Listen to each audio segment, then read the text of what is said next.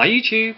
Okay, so I've done my modification. I'll show you in a minute what that took to put together. To see the little circuits, they're so bloody small. So I went down to Tesco's and I got these Mr. Magoo glasses where they're 3.5 times the strength, and using these things I was able to solder the circuit together because I couldn't bloody see it. I was squinting and all sorts. It was because they're so small.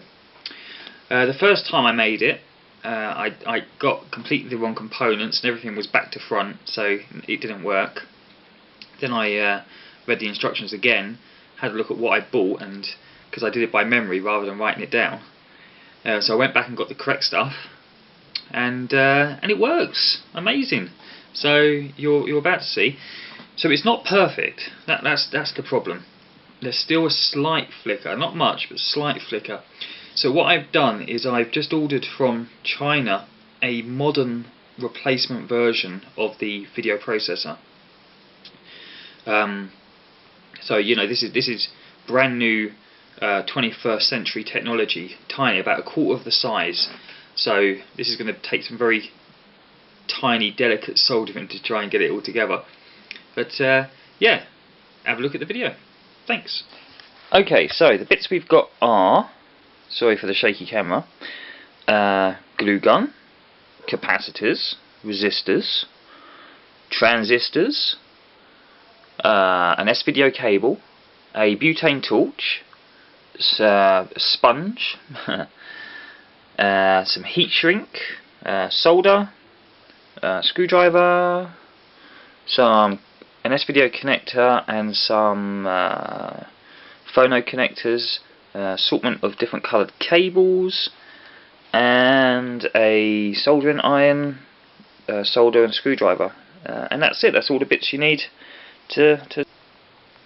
Okay, you don't need to take the heatsink off, but I've taken it off so I can show you.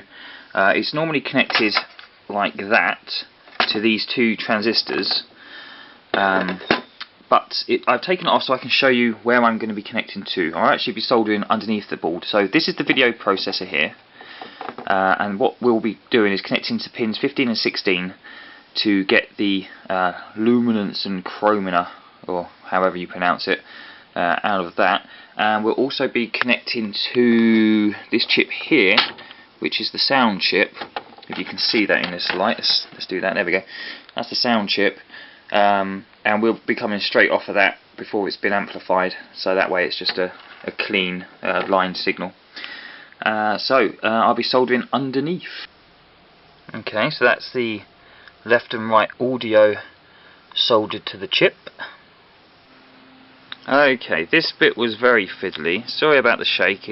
I'm trying to hold it still.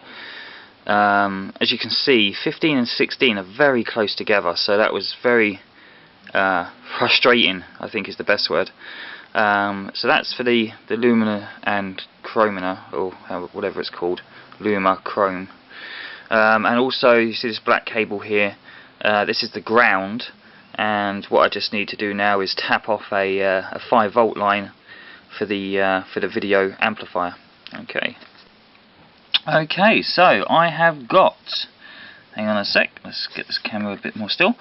I have got my audio, I've got my 5 volts, I've got my lumina and chromia, and I've got my ground.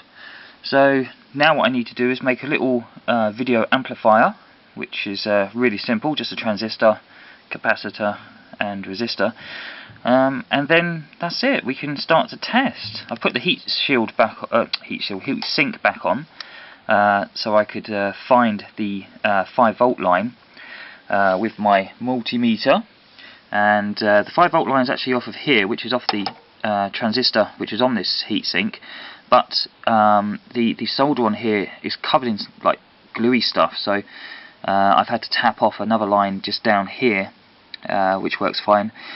So what I'm also going to do is I'm just going to cover all these bits in glue gun, just to make sure that they're protected, because there's a heat shield, some kind of shielding at the bottom, which is a big sheet of metal, and we don't want anything touching.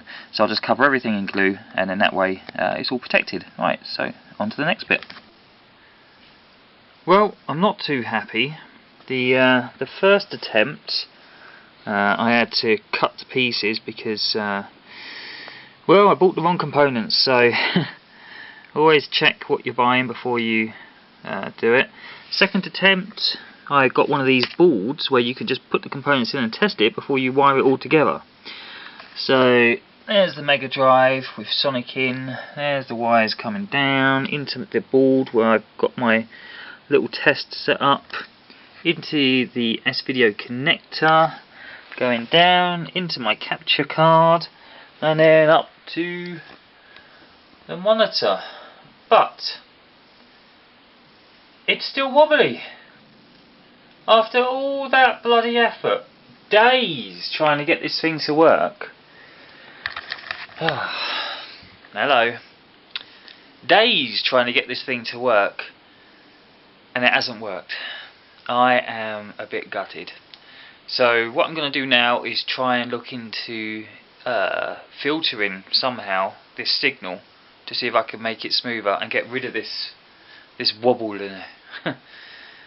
Okay, thanks. Okay, so it looks like I may have sussed it. So what I've done is if you can see this, it's not very good focus, but basically I've stuck an extra resistor in, and by doing so the picture, let's turn it on, is stable. Pretty stable. I mean, it's slightly flickery, but you can hardly tell. So that's good. So all I need to do now then is chop this board up so it fits, to glue it down in there, wire up the sound, and job done. Let's see how it works. Okay, so you can see the circuit a bit clearer now. Basically it's pretty simple. Where's my finger? Let's get something, let's get a knife.